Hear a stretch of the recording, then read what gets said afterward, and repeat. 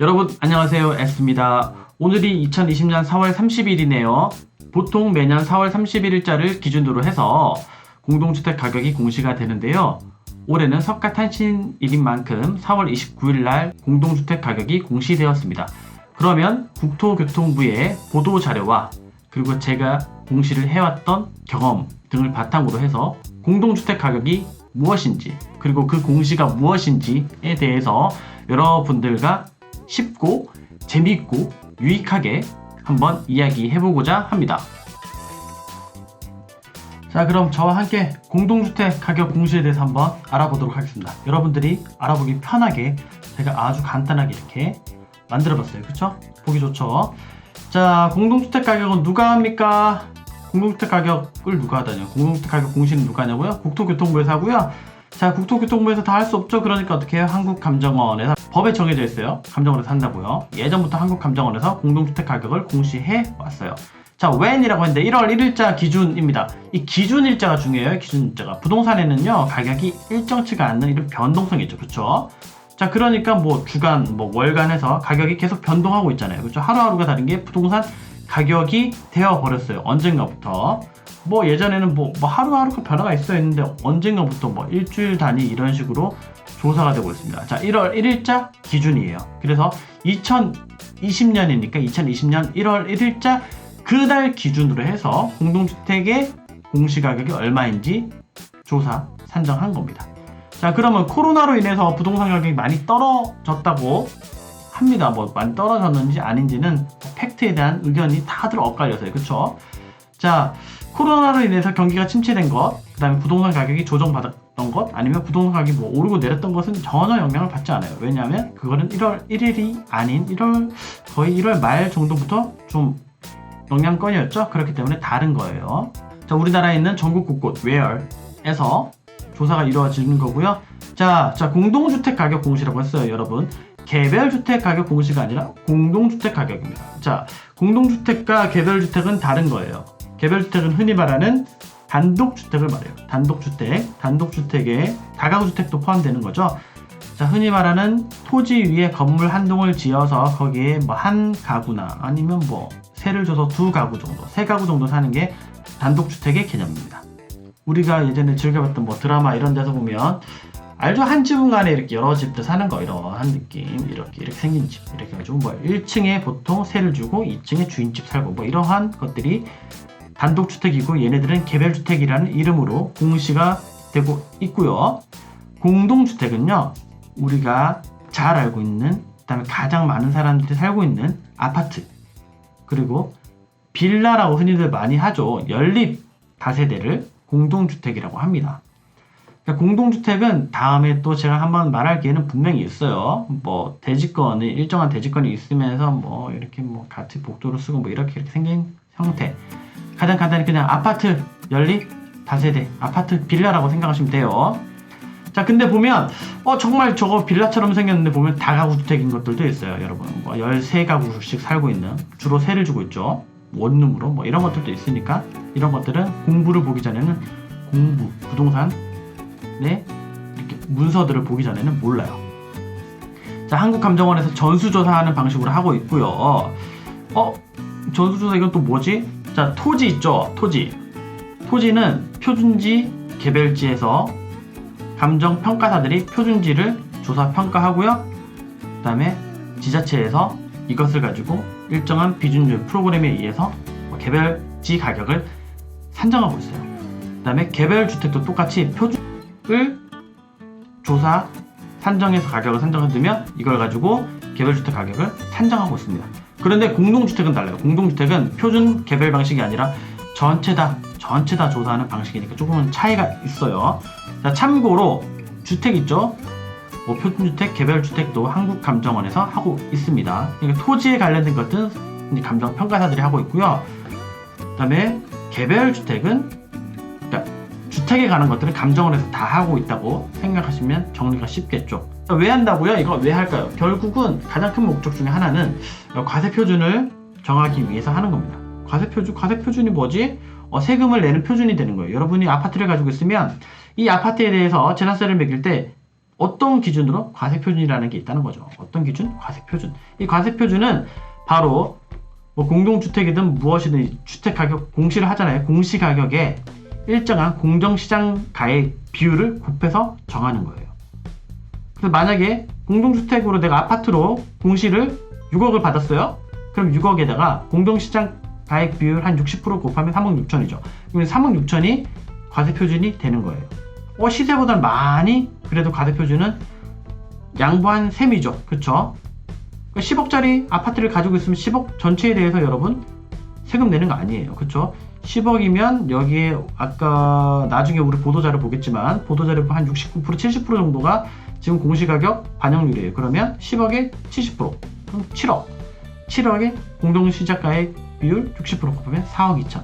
10억짜리 집을 가지고 있어도 한 4억 2천에 대해서만 재산세를 내고 있다라고 알아두시면 되고, 근본적으로 부동산은 개별성이라는 특성이 있습니다. 그래서 아파트가 아무리 비슷해도 그 동 그리고 호에 따라서 조금씩 가격 차이가 날 수 있는 거 여러분 인정하시죠? 그쵸? 층에 따라 가격 다르죠?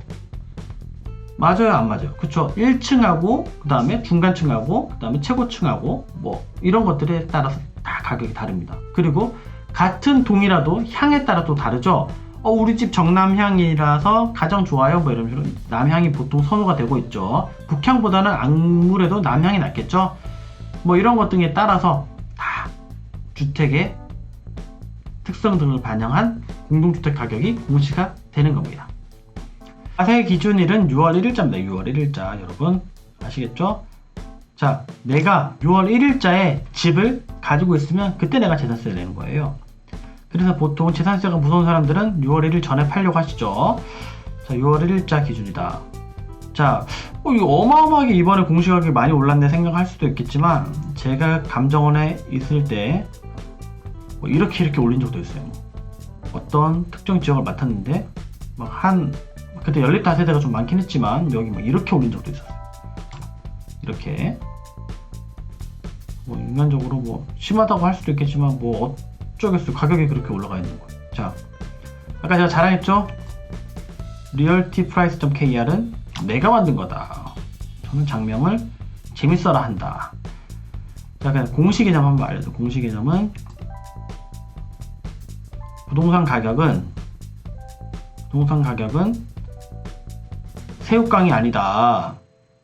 새우깡도 아니고 뭐 초코파이 가격도 아니에요. 그래서 가격이 안 붙어 있어요. 그렇기 때문에 어떻게 가격을 특히 과세를 위한 이런 가격들을 정해서 뭐 조사를 해서 산정을 하든지 뭐 평가를 해서 공시하는 개념이라는 거죠. 이것은 부동산의 특성 때문에 부동산의 특성이 있어서 그런 거예요. 부동산은 각자의 개별성으로 인해서 각각의 가격이 다르기 때문에 이런 가격표 붙이는 작업을 해줘야 되는 게 공시예요, 바로. 자, 지가는 표준지, 그 다음에 개별지 이런 식으로 표준지 공시지가, 개별 공시지가라는 이름이 있고요.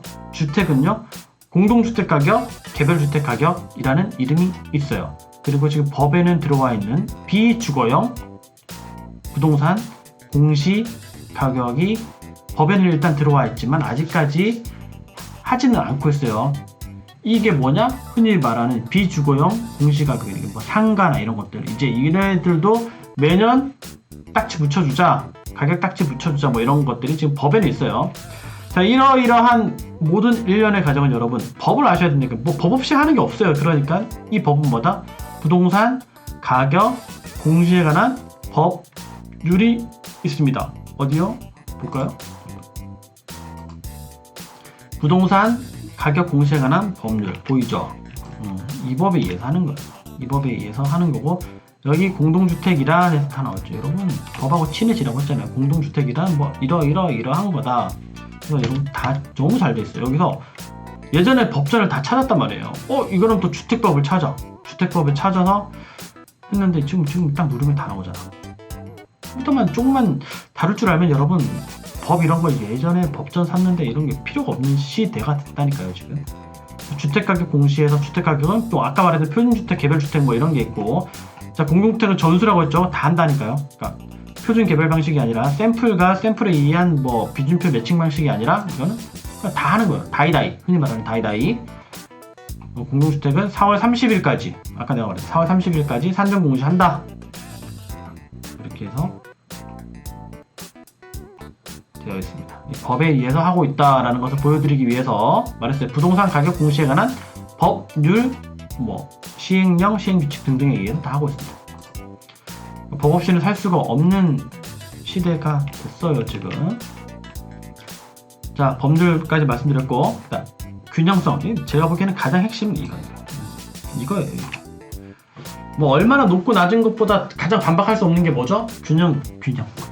윗집 아랫집 옆집과 어느 정도 균형성이 있어야 되는 거예요. 그래서 제발 어떻게 의견 청취나 이의 신청 때 내 집만 내가 진짜 몰라. 근데 반상에 나가서 절대 얘기 안 할게. 하지만 다 소문이 난다니까 진짜. 누구한테는 한 명은 말이야. 우리 집 조정됐어. 그러니까 그런 경우는 아예 없어요. 왜냐면 감정원 직원들이 뭐 바보도 아니고 소문날 거 뻔히 아는데, 그리고 그렇게 혼자만 해달라고 하는 경우는 대부분 이 의견 청취, 그 다음에 이 의견 자체가 타당하지 않는 경우가 대부분이에요. 그래서 뭐 이런 거 내 집만 해달라 이런 거 절대 안 됩니다. 절대 말하는 대로 다 말할 거면서 안 돼요. 그 다음에 재개발 재건축과 관련성 없다고 했어요. 그쵸? 없어. 걱정하지 마요. 그러니까 제발 상향 의견 청취 내용, 의견 청취를 안 해도, 의견 신청, 의견 제출을 안 해도 된다니까요. 상향 굳이 재산세 많이 낼 필요가 없다는 거죠. 나는 다 이게 핵심 한번 보여드릴게요. 핵심. 자, 여러분 저는 감정평가사죠. 그쵸? 그리고 한국감정원에서 일을 또 해봤죠. 그렇기 때문에 저는 이 공동주택 이거 다 해봤어요. 이거 다 해봤고요.